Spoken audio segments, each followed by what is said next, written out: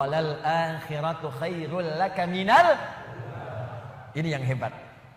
Saya kemarin bikin quotes lalu kita sebarkan. Ini sebetulnya di antara esensi surah Ad-Duha.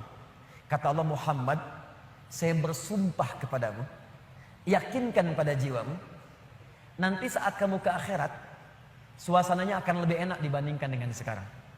Akhirat itu lebih baik dari apa yang kamu rasakan sekarang di dunia. Maksudnya begini, kalau kamu sedang capek, kamu sedang ada musibah, kamu sedang lelah, sabar. Nanti kalau sudah pulang, semuanya akan hilang. Memang dunia itu tempat capek. Karena memang tempat beramal. Sholat di dunia, kerja di dunia, puasa di dunia, baca Quran di dunia. Kenapa kita kerjakan? Supaya cari bekal untuk pulang ke akhirat. Nanti kata Allah kalau sudah pulang, semuanya akan hilang. Jadi tenang aja teman-teman. Capek cuma sebentar. Ya, capek cuma sebentar. Lelah, gak apa-apa. Namanya juga dunia. Dunia itu memang tempat capek. Kalau nggak mau capek, ya pulang. Dunia itu tempat capek.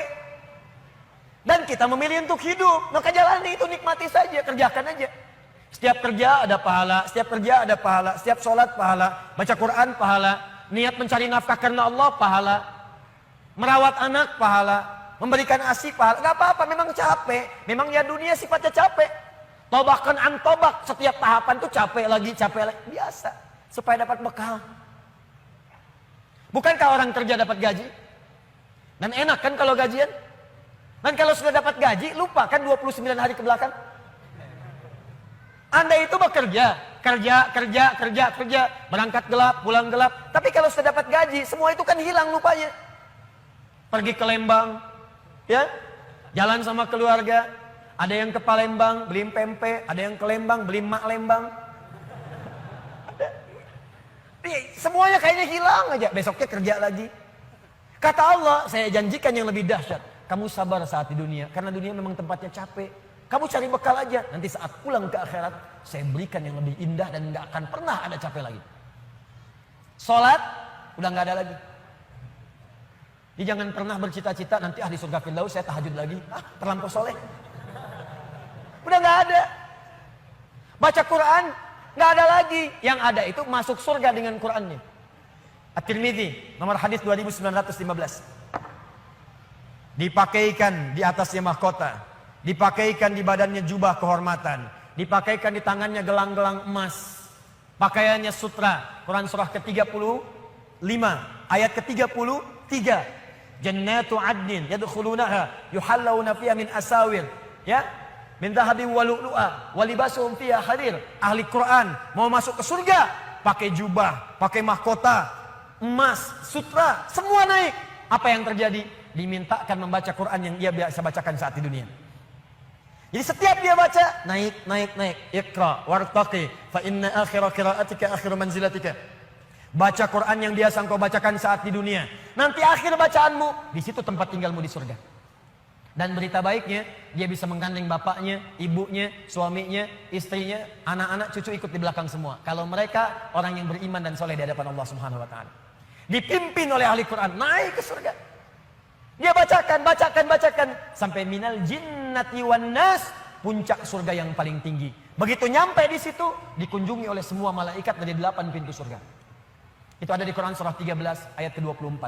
Wal malaikatu yadkhuluna alaihim min kulli bab. Dan malaikat semua mengunjungi dia dari semua pintu, mengucapkan salam. Lihat kalimat pertamanya, salamun alaikum bima sabartum. Selamat ya, saat di dunia kamu sabar cari bekal, sabar capek, sabar mengeja huruf dari Iqra, sabar menghafal sampai ada yang mencela, sabar orang lain ngejar dunia, Anda ngejar akhirat, sabar. Orang lain cari ini, luaskan rumah, tambah mobil, tambah kendaraan. Meninggal, gak dibawa. Anda sabar. Masya Allah. Orang akhirat. Saya ngelihat ada ahli Quran tuh. Seringkali saya berhadapan dengan ahli Quran tuh dari daerah-daerah, seringkali menangis. Ada yang datang pengen setoran. Anda bisa kebayang gak suaminya, pekerja mungkin kasar, orang sebutnya kuli. Istrinya ngambilin kayu bakar. Kadang ke sawah. Anaknya bahkan ada yang masih kemudian kecil-kecil. Tapi kalau Anda berkunjung ke rumahnya, semua makanan dihidangkan yang mampu dia suguhkan. Lalu keluar kalimat, alhamdulillah, Abi kalau bekerja dapat uang banyak sekali. 500.000, sebulan 500.000, banyak sekali. Syukur. Ternyata perempuan itu sudah punya sanad hafalan Quran 7 qiraat. Lelakinya hafal Quran, anaknya hafid semua. Anaknya penghafal Quran semua. Anda ada di mana? Itu perlombaan, sabar, naik sampai ke atas. Jadi kalau sekarang sedang capek, nikmati, sabar. Besok kalau meninggal, nggak ada capek lagi. Dan panggilannya sudah tenang kita, karena kerja kita selesai. Mirip begini, ada berita besok gajian, tenang kan? Malam tidur enak kan? Orang yang punya bekal itu, dia sabar itu, nanti di akhir sakaratul mautnya, dia tampakkan semua hasil pekerjaannya, sampai hatinya merasa tenang. Jadi nggak terasa, tidur aja. Ya ayat Tuhan nafsul mutmainnah, ditarik, tenang, tidur aja, selesai. Tinggal dia jumpai Allah di akhirat nanti mendapatkan hasil dari apa yang dia kerjakan. Makanya kata Allah, kalau sedang sholat terasa capek, apa jawabannya? Sabar ya, walal akhiratu khairul laka minal ula. Nanti di akhirat gak ada tahajud lagi. Kalau sedang menghafal Quran capek, sabar ya, nanti di akhirat gak ada menghafal lagi. Abadi sifatnya, wafat selesai hafalan itu. Kalau sedang kena musibah, sabar ya, sabar. Jalani dulu, zikir kepada Allah supaya dapat pahala. Nanti setelah meninggal, gak ada masalah lagi. Tenang, nanti pulang, selesai semua. Jadi kalau ini kita tanamkan dalam jiwa kita, setiap punya masalah, nanti beres kok insya Allah. Selesai kok. Memang saya jalani aja, sampai waktunya saya wafat. Saya pulang, saya dapatkan semua kenikmatannya. Masya Allah. Ustadz beneran? Benar. Surganya banyak? Banyak Ustadz. Alhamdulillah. Tapi Ustadz, kalau di surga pengen ngerokok, bisa enggak? Ya kalau bisa silakan ambil apinya di neraka. Nikmat, sudah selesai. Kemudian apa yang terjadi? Wala saufa yu'tika rabbuka fatarda. Ini yang paling dahsyat. Nanti di akhirat kata Allah, kalau kamu sabar saat di dunia sekarang, Bu, Pak, sabar tahajud, sabar merawat anak, sabar sekolahkan mereka ke pesantren, sabar talaki Al-Quran, sabar berjamaah ke masjid, Anda kerja di pemerintahan, kerja jadi pegawai, ada yang berdagang, ada yang bisnis, sabar. Waktunya sholat, sholat. Waktunya zakat, zakat, sabar. Nanti kata Allah, saat pulang ke akhirat, wala saufa yu'tika rabbuka fatarda. Saya akan berikan semua yang kamu inginkan sampai puas. Kaidah nikmat itu, kaidah nikmat. Semua bicara termasuk dalam Al-Quran. Selama hidup di dunia, kaidah nikmat itu gak ada yang pernah puas. Saya ulang ya, nikmat itu gak ada yang pernah puas. Contoh, punya sepeda nikmat bukan? Punya motor nikmat tidak? Punya mobil nikmat tidak? Pertanyaan saya, ketika Anda dapat sepeda, apakah merasa cukup dengan sepeda? Kalau sudah dapat sepeda, pengen apa? Sudah dapat motor, pengen apa? Sudah punya mobil, pengen apa? Pesawat. Garasi nggak punya. Nerbangin nggak bisa, masih pengen. Belum menikah, pengen apa? Menikah. Sudah menikah, pengen apa? Punya anak. Sudah punya anak, pengen apa? Pengen cucu. Semua terus, jadi nggak ada puasnya. Nikmat itu terus pengen. Nanti di akhirat, kata Allah, nanti di akhirat saya akan berikan kepadamu sampai kamu puas. Sampai Anda mengatakan, ya Allah, cukup ya Allah, puas. Sekarang mah pengen terus, pengen. Nanti puas ya Allah, cukup puas. Ini semuanya nikmat. Sampai selesai semua. Makanya bersabar, dunia sebentar. Sebentar mas, besok meninggal, selesai masalah. Mau besok meninggal? Susah. Sabar. Dan alhamdulillahnya nggak ada yang dikasih tahu kapan meninggal. Kalau diberitahu, bisa jadi kita pun gak semangat. Sebentar lagi Anda akan meninggal. Jam 8:45, kemudian 45 detik. Waduh, kajian udah bubar, gak pulang, di masjid aja. Astagfirullah. Kenapa Pak? 2 menit lagi. Ini amalan gak terencana. Ini karena kita nggak tahu kapan wafat, kita bisa merencanakan malam ini tahajud insya Allah jam sekian. Saya mau istighfar jam sekian. Besok subuh di masjid A, zuhur di masjid B. Punya rencana. Dan ketika merencanakan, niat muncul. Dan itu niat ketika muncul, pahala dituliskan. Bukankah innamal a'malu binniyat? Innamal a'malu binniyat. Di ketika niatnya itu sampai, pahala dituliskan. Ini panitia ini nggak akan dihisab, nggak akan diberikan pahala berdasarkan mic-nya bunyi atau putus. Tapi udah ada niat nih, yang penting ada niat ya, ada pahalanya. Masalah bunyi putus perjuangan saya di sini. Jelas ya? Baik, wala saufa yu'tika rabbuka fatarda. Jadi gini maksudnya, kalau sedang capek, sedang lelah, apalagi kemudian beban itu datang dari orang-orang terdekat.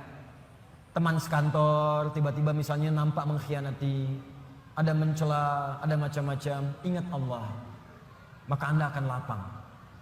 Ingat Allah, maka tidak akan ada beban. Dan ingat semua itu akan berakhir ketika kita wafat.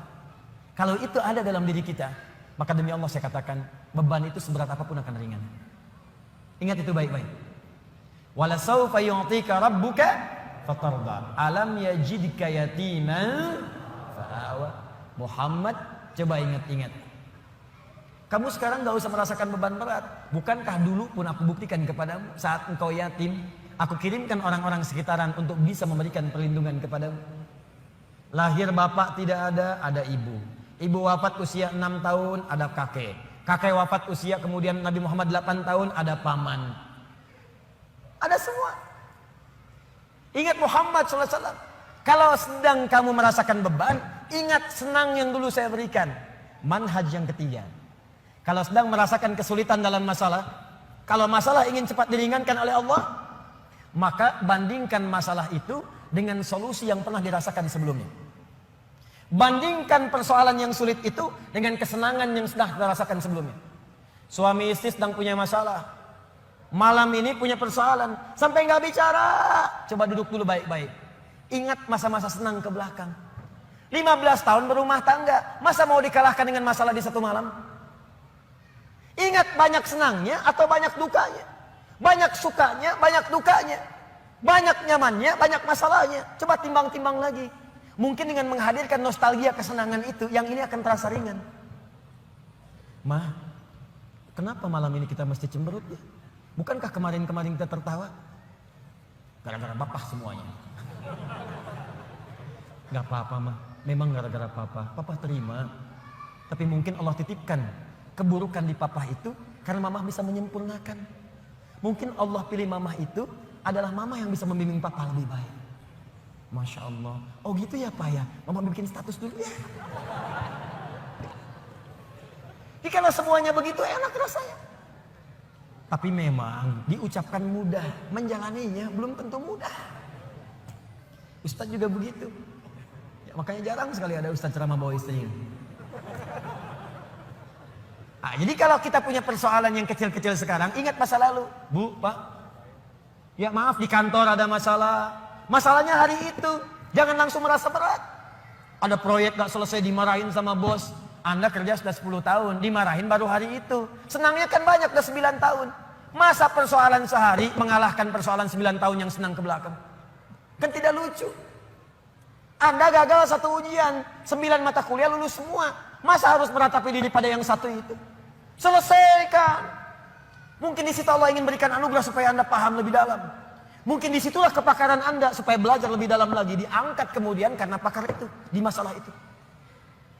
Saya dulu itu setiap menghadapi pelajaran-pelajaran bahasa, apalagi balaghah, macam-macam dan sebagainya itu. Di situ perasaan awal pertama sulit saya hadapi. Begitu dihadapi rupanya Allah menginginkan kita lebih fokus pada masalah itu. Seakan awalnya susah, ternyata ada nikmat di balik itu. Itulah poinnya teman-teman sekalian. Jadi kalau Anda sedang merasakan kesulitan, ingat masa-masa lalu saat Allah memberikan banyak nikmat dalam kehidupan kita. Jelas sampai di sini?